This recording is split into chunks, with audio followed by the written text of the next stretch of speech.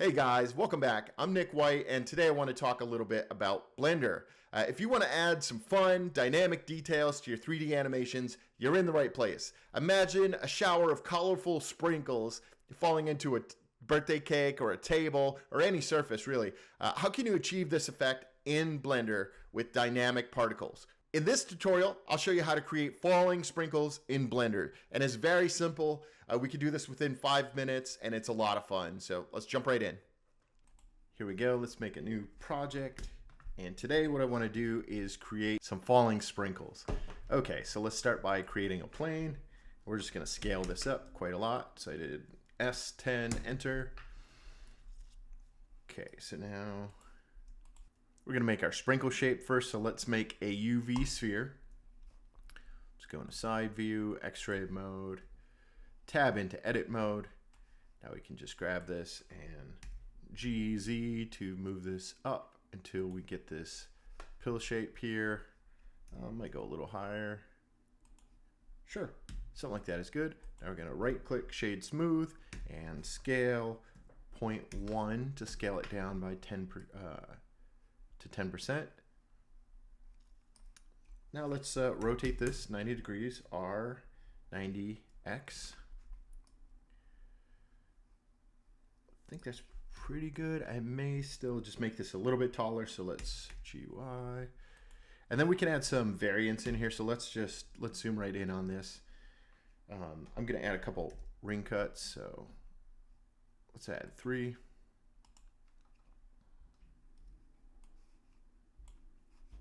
I'm going to go into top view and just give this a little bit of a shift here. So we're just going to select these and just move it over ever so slightly.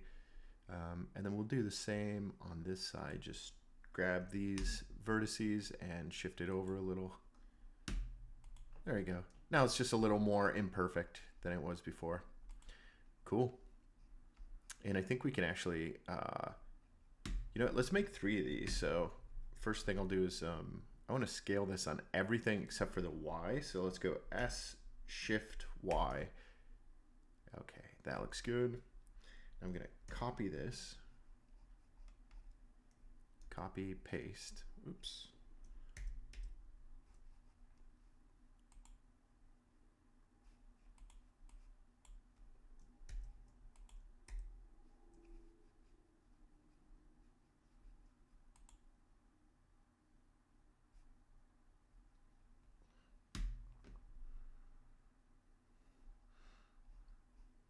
Okay, let's call that sprinkle good. So now what we want to do is let's just move this sprinkle off over here and let's add a camera. So we're going to go Shift A, camera, and I always like to press 0 on the number pad to move into first person mode, and then you can open up your view panel on the top right, click camera to view, and now I can just scroll my my mouse wheel to pull backwards. And what I want to do, let's go over to our object properties, and I want to turn all my rotations off, and I want to move back on the Z axis as much as I can. So let's say it's something like that, and center that a little bit, so that looks fine. So now we can exit camera to view mode. And let's scale this floor up just a little bit on the Z, on the X axis. And now I'm just going to shift to side view and duplicate this plane and move it up. Move it up above my camera here. Cool. And now with that selected, let's go ahead and create some particles. So under your tools here, click particles and press add to add a new particle system. So we're going to say particle system dot sprinkles. Cool. And how many sprinkles do we want? Let's say 1,000 would be fine. And we're going to run our sequence for 300 frames. So let's change that down here. Okay, and we're going to say that our lifetime of our sprinkle is going to be 300 frames because we don't want them to vanish mid-shot. So start frame and end frame, we're going to have this continue all the way to the end of the sequence. And let's check on the rotation.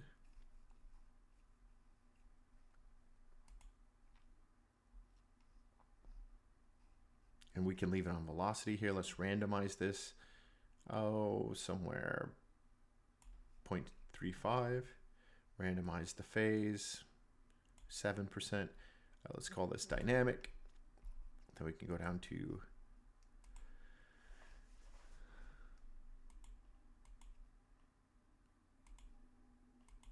physics. We can turn the browning up just a little bit. And all these settings you can go back and modify later, but just let's add a little bit in each of these columns, each of these force columns, just to get us started. So deflection, we're not going to do anything there. Integration, we're good with the default settings on physics. So for render, let's change this render as from halo to object, and then grab this little picker under instance object, and let's select our sphere, and we can actually rename that to sprinkle. Okay, and we can rename this one to particle emitter, or dot sprinkles. Cool. All right, and I'm going to call this plane floor. And let's hop into our camera view, and with our sprinkles, with our emitter selected, let's hit play and see what happens.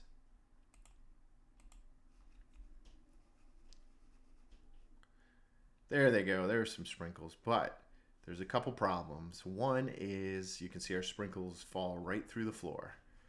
So that's fine. Let's turn on rigid body and call that passive. And now one thing we want to do is select our sprinkle and turn rigid body on. And we can go capsule on that.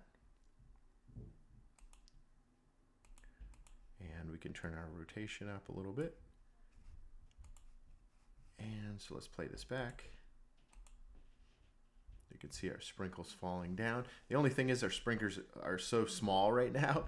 I think we need to make an adjustment to the scale. So let's see. Right here, our scale is at 0.5 or 50, 0.05 or 5% of the original scale. So let's crank that up to 1, and that's more like it. Now let's randomize the scale a little bit. And randomize the rotation a little more, the phase. I want to move this floor up a little closer to the camera, so let's do that quick. Okay, so play that back.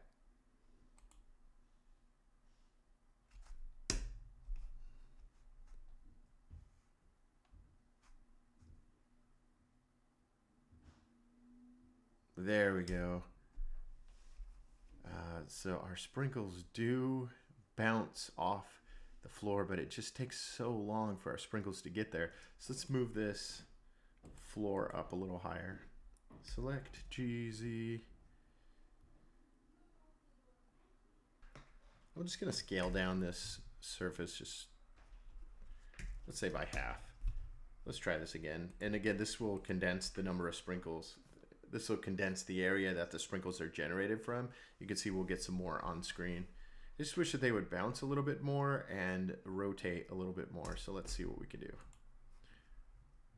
So we can turn our dampening up. Let's randomize that dampening. Our friction we can turn down a little.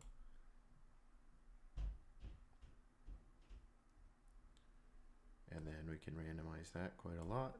Stickiness, let's turn that down to 0.25. Let's see what happens here. Let's go back to our sprinkle, and stickiness, we can turn that, oops. On our sprinkle, we can turn the friction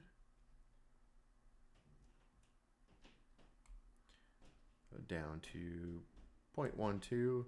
Bounciness we can turn up to 1 just to see what happens.